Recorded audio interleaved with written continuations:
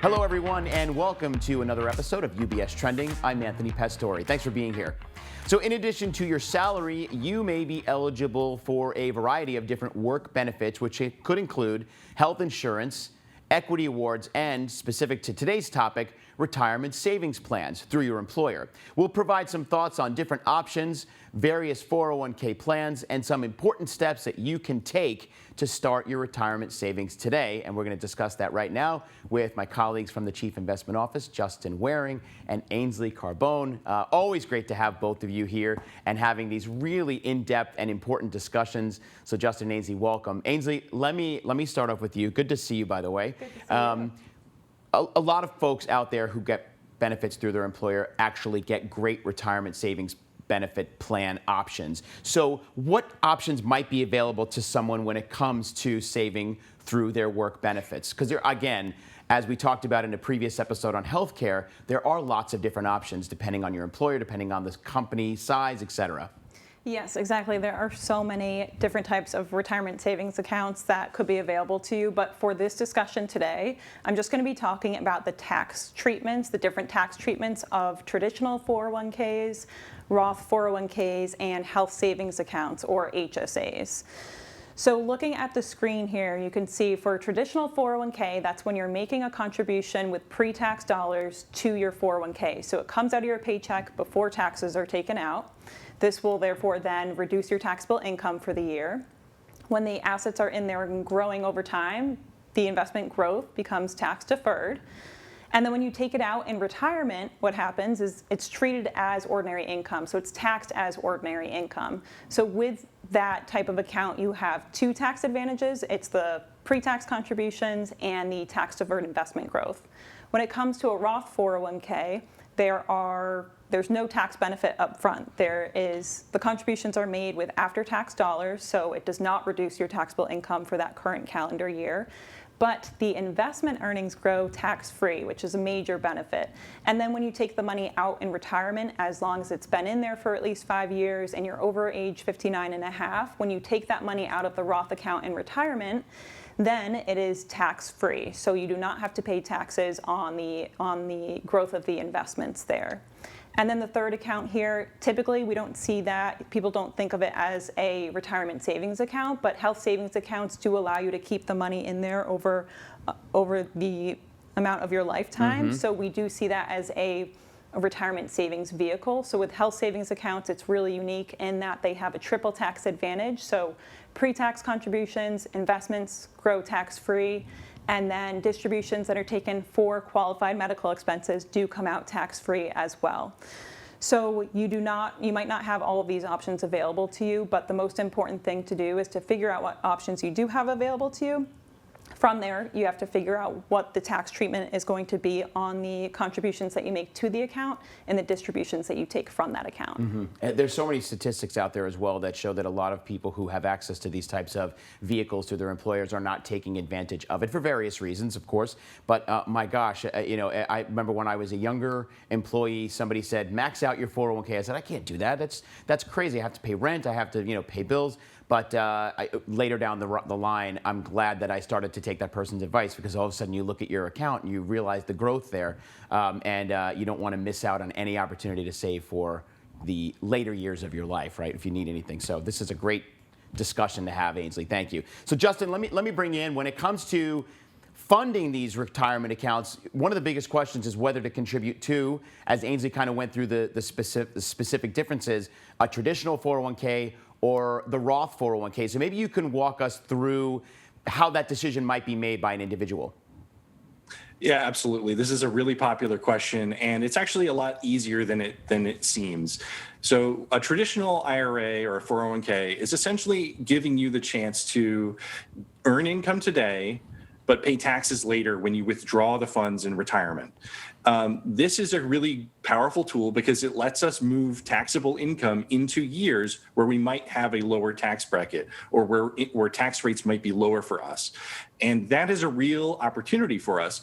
So every single year you should be asking yourself, if I should be contributing to a traditional IRA if I'm going to have lower tax years ahead of me. So if you're planning to retire early or retire in a low tax state, a traditional IRA makes sense because you can actually move your taxable income from a year where you might be paying 37% taxes down to a year where you're paying 10% taxes. That's a real amount of savings that you can accrue over the course of your lifetime. So if you're retiring early or if you're retiring in a lower tax situation, that can be an advantage. On the other hand, you might want to be contributing to a Roth 401k if your tax rate today is lower than you'll face in the future.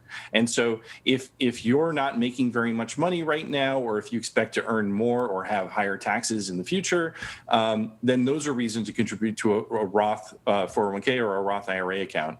It's important to bear in mind that this is something you should decide on a year-by-year basis based on your current circumstances and what your expected future tax rate is.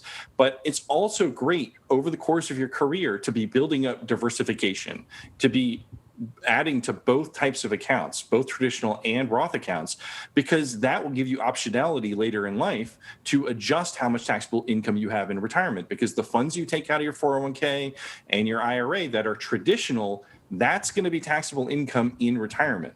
So the best strategy over the course of your life is to spread out all of your taxable income as much as possible equally over the years, because we have a marginal income tax system.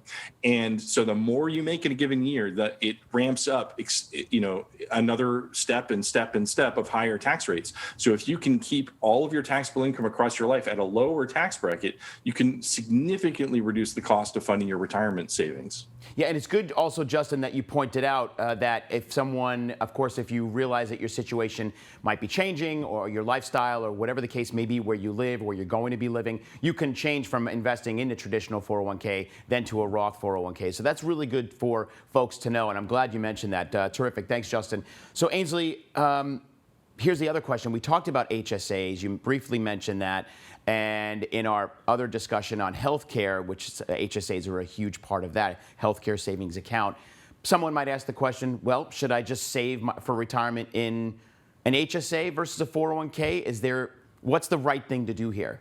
So it's important to first note that in order to be eligible to contribute to a health savings account, you have to be covered by a qualified high deductible health plan. So assuming you are eligible to contribute to a 401k and a health savings account in HSA, we suggest maxing out your contributions to both of those accounts if you can. But of course, maxing out contributions to those accounts, it's not always easy, it's not always feasible. So if it's not feasible, the question shouldn't be which one should I pick over the other. It really comes down to a prioritization of your savings contributions. So to help you through this process, we have the savings waterfall here. So what this does is it helps you prioritize your savings, your dollars that are saved according to the after-tax growth potential of these accounts. So after you have that emergency fund fully funded, and a place to go first off, obviously, would be taking advantage of your company's match if there is one. So allocate money to your 401k so that you can get the benefit of the company match if there is one available to you. From there, we suggest contributing as much as you can to that health savings account up to that annual contribution limit and keeping those dollars invested. And the reason for that is because there's that triple tax advantage that we've been talking about. The longer you keep those assets invested, the more after-tax growth, after-tax growth potential that they have in that account. And then once that HSA has reached that contribution limit, which is, I will say, much lower than 401k contribution limits, which is why another reason you want to balance your contributions to both of them. Once you've maxed out that HSA, then you can move on to the 401k contributions so that you can hopefully max out those contributions. So obviously this savings waterfall, it's not going to be the same for everyone, but as you work more and earn more dollars, you want to make sure that you are funding your dollars further and further down the savings waterfall, depending on your own personal situation. Yeah, and the good thing about the HSA, I actually have one myself, full disclosure, is that if you need funding today for a medical issue, you can use it as long as you have whatever's available in your HSA, or just keep accumulating it and then use it when you need it when you get older, when you're retired, et cetera. There's Medicare plans, but it's not everything. You still have a lot of costs involved in healthcare. The HSA is such a great, and you don't have to, like we said in the previous show, the FSA, that a lot of people love, the flexible spending, you have to use it by the end of the year or you lose the money. This one you can accumulate over time and grow. So it's really great. Great advice. Thank you, Ainsley. Justin, as we're wrapping up here, what would you suggest for viewers today who are taking all of this in, trying to think about what's best for their own situations? What are the next steps for them? I mean, the most important thing is to have a good savings strategy and have good savings habits. The best way to have a good savings habit is to have automatic contributions to investment accounts. So if you have access to a retirement plan at work, make sure that your paycheck is depositing funds and getting them invested in your retirement savings account, whether it's a traditional 401k or a Roth 401k. It's also a really good idea to look at the savings waterfall worksheet. As Ainsley mentioned, we have a general savings waterfall, but we also publish a full report that you can fill out with your own personal information about what your salary is, how much you're planning to save, and what the annual limits are for each retirement plan, so you can actually figure out how much should I be allocating my direct deposits to. And I think the last and most important thing is that every year, hopefully your income is going to go higher and it will rise faster than the cost of living will. Now, that's not always true, and especially in inflationary periods, we do occasionally have negative real wage growth for many Americans. But the hope is that over the course of your lifetime, your earnings will actually outpace the cost of living increases that you need to finance your spending. And that means that a greater and greater share of your income can go towards saving for retirement. If you follow a exponential increase in your savings rate throughout the course of your retirement, it really does set you up with a lot of options. You could potentially retire early. You could potentially retire in a nicer lifestyle than you enjoyed during your working years. You can weather financial emergencies much better. And so, having a really good saving strategy and allowing that saving strategy to grow throughout the course of your time when you're planning to work, and maybe even when you enjoy part-time work in retirement, this really does set you up for financial independence and security. Justin, thank you. Yes, there's no benefit to not putting money away in a 401k or whatever other plans we're talking about today, because as we've talked about this before, you look at a hypothetical chart that you put into a recent report, your Modern Retirement Monthly, that looks at 5 years through 35 years of saving into a 401k, and on average it's 7% growth. And as you said, Justin, your salary will likely increase over time as well. So it just doesn't make any sense not to do this. Obviously, you have to look at your own personal situation of how much you can put into your 401k, but if you can max it out, max it out. It's great. Thank you both. This is a really good discussion, so important for people who are, because it could be a lot of confusing information. I think we help demystify a lot of those retirement savings plans terms and the jargon that comes with it. So thank you both for being here, Ainsley and Justin. Good to see you. Thank you. Thanks for having us. Great. We'll have you back soon. Love having you both. Always great stuff coming out of your office. And there is a lot more than that. You can take a look at our website, ubs.com/views, for more content from Justin, Ainsley, and the rest of the Chief Investment Office. Plus, we've got a lot of information up on various social media platforms like LinkedIn, Facebook, Instagram, and Twitter. And if you're interested in checking out some of Justin and Ainsley's past shows with us, plus all the other things we've done through the studio here, all UBS Trending episodes are available on demand.